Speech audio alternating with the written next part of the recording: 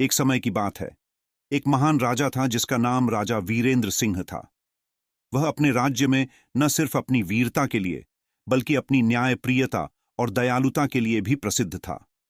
राजा वीरेंद्र सिंह के शासनकाल में राज्य में खुशहाली और समृद्धि थी, लेकिन एक रहस्य ने उसकी जिंदगी और राज्य को जकड़ रखा था।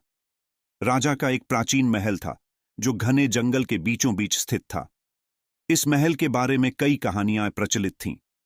लोग कहते थे कि यह महल एक रहस्यमयी शक्ति से घिरा हुआ था और इसमें किसी अदृश्य खजाने का राज छुपा हुआ था। परंतु जो भी उस खजाने की खोज करने गया वह कभी लौट कर नहीं आया। राजा वीरेंद्र सिंह ने इस रहस्य को जानने की बहुत कोशिश की, लेकिन हमेशा विफल रहे। एक दिन राजा ने अपने सबसे विश्वसनीय सेनापति अर्जुन को इस रहस्य की जांच करने का आदेश दिया। अर्जुन बहुत बहादुर और बुद्धिमान था। उसने राजा से विदा ली और अपने सैनिकों के साथ महल की ओर चल पड़ा। महल के पास पहुंचते ही अर्जुन और उसके सैनिकों को एक अजीब सी आवाजें सुनाई देने लगीं। जैसे ही उन्होंने महल का मुख्य द्वार खोला, वहां का वातावरण अचानक से बदल गया। सैनिक भयभीत होकर पीछे हट गए, लेकिन अर्जुन ने साहस नहीं खोया और आगे बढ़ता गया। महल के भीतर प्रवेश करते ही अर्जुन को एक बूढ़े व्यक्ति का स्वर सुनाई दिया जो कह रहा था, जो इस महल के रहस्य को जानना चाहता है उसे अपनी इच्छाओं का त्याग करना होगा। अर्जुन ने उस आवाज का पीछा किया और एक गहरे कक्ष में पहुंचा।